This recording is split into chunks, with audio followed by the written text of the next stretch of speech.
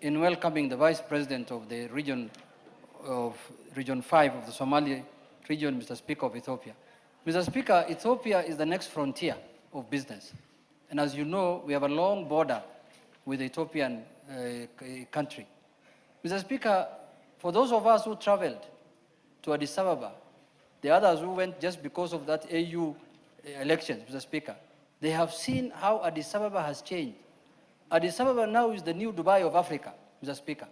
We have a lot of lessons to learn from that country on how they have developed that city to a modern city, Mr. Speaker. And Mr. Speaker, that city grew in less than 10 years to what it is, Mr. Speaker. If you can walk in the middle of the night at 2 a.m. when we were there, Mr. Speaker, in that city without any fear of your security, of your belongings or anything, Mr. Speaker. So, Mr. Speaker, instead of doing a benchmarking in Europe or America or anywhere else in the world or Singapore or wherever you want to go, Mr. Speaker, we need to do a benchmarking on how to develop a city in Addis Ababa, Mr. Speaker. This is also a country with a population of 100 million people. Investors from Kenya have gone there, led by Safaricom. Mr. Speaker, the Safaricom has 30 million clients, for example, in Kenya. In 5 years, they have gotten 20 million customers in Ethiopia in 5 years. And here, in 20 years, they got 30 million people. Mr. Speaker, we want to urge the Ethiopian government to open up their financial sector so that Kenyans can go and invest there and Ethiopians can come and invest there. Mr. Speaker, that is going to be the biggest economy in Africa in the next 5 years. And I want to congratulate the Prime Minister of Ethiopia, Abiy Ahmed, for the good work he's doing in that country, as much as Kenya is also doing, and I want to invite them to join the East African community so that trade can be seamless between Kenya and Ethiopia, Mr. Speaker. Mr. Speaker, this is a country that has not been colonized ever in their life, so they know what freedom is. So, Mr. Speaker, I want to urge, as Kenya, we have a port through the Lapset, the Lamu, South Sudan corridor. Mr. Speaker, that port should be dedicated to the Ethiopian country of 130 million people, because that port is going to serve the Ethiopian people the way they want it, and we should give it to them, Mr. Speaker. Lastly, Mr. Speaker, Ethiopia has the cheapest electricity in Africa, and God has put us as their neighbors.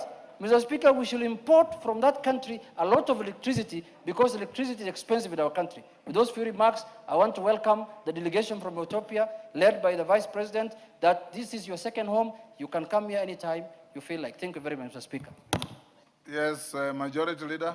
Thank you, Honorable Speaker. I wanted to break the monotony so that it doesn't look like this delegation is being welcomed by only members from the Somali region in Kenya.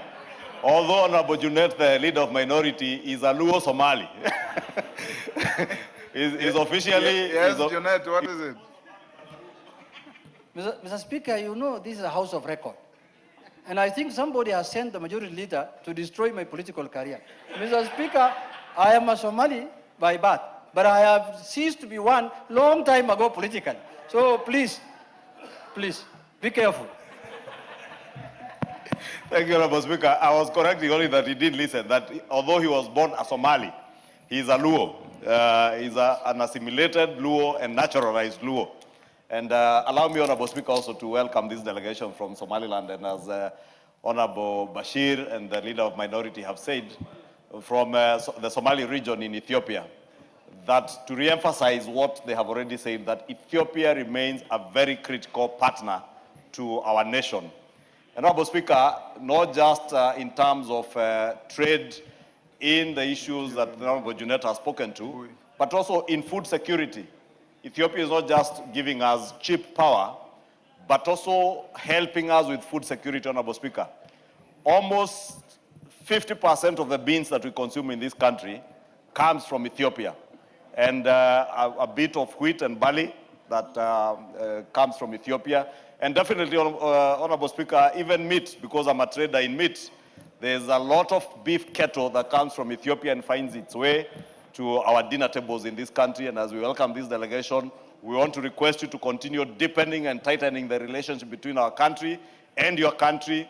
And as much as we compete on the athletics field, that we compete, and when we win, cheers as much as we cheer you when you win. on the athletics field, but it is possible to integrate our region and grow together, grow our economies together.